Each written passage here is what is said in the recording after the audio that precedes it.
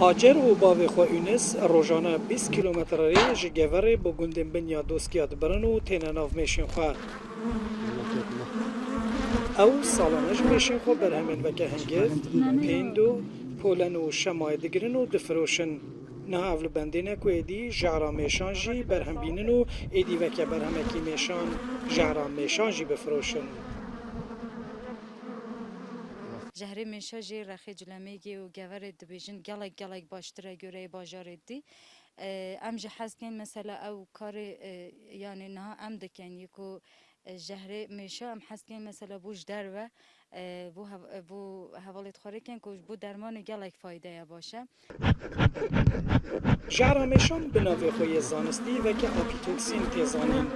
دلیکولینه که زانکوی ایجای ازمیری و زانکوی تکنیکی برلینه ده لسرانسری ترکیه و باکوری کردستان لپنجا و پنج هریمان نمونه جعرا میشان هاتنه پشکنین و لگوری انجام ویلی کولینه جعرا هری باش یا میشن هریما جولمرگ و ناوچین وینه.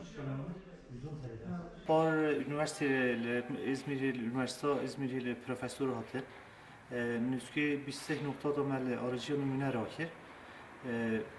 Arıza ya ve ya mentıka cülemegi hemen Türkiye'de birinci derket. Birinci 5 nokta ama araştırma ki bin. O birinci 5 noktada en ya baş ya cülemegi ya milli şırnakı feraşini.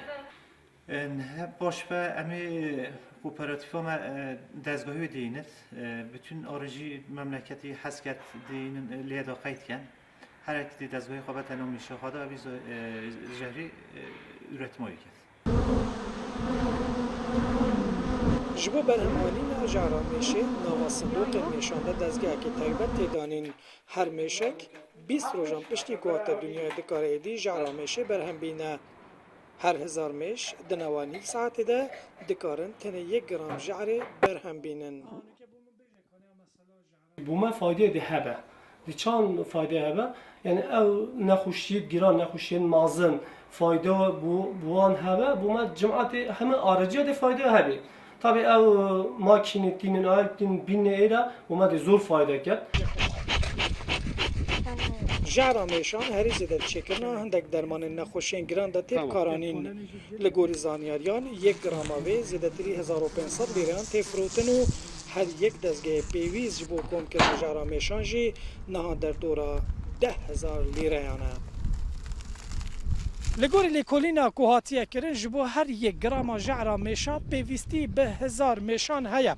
همان دمه پیوسته که هندک دزگه تایبت جی جبو ویکاری بین دانان کوهتان هاجی اف دزگه پیوست نگش نوان نافچهانه. اگر هاتو دزگه پیوست بین دانان ایدی خلک دوره نتنه ده استفاده جه هنگی و میشان همان دمه ده استفاده که باجی جعرا میشان ببینه. شوکت ارکی رودا گور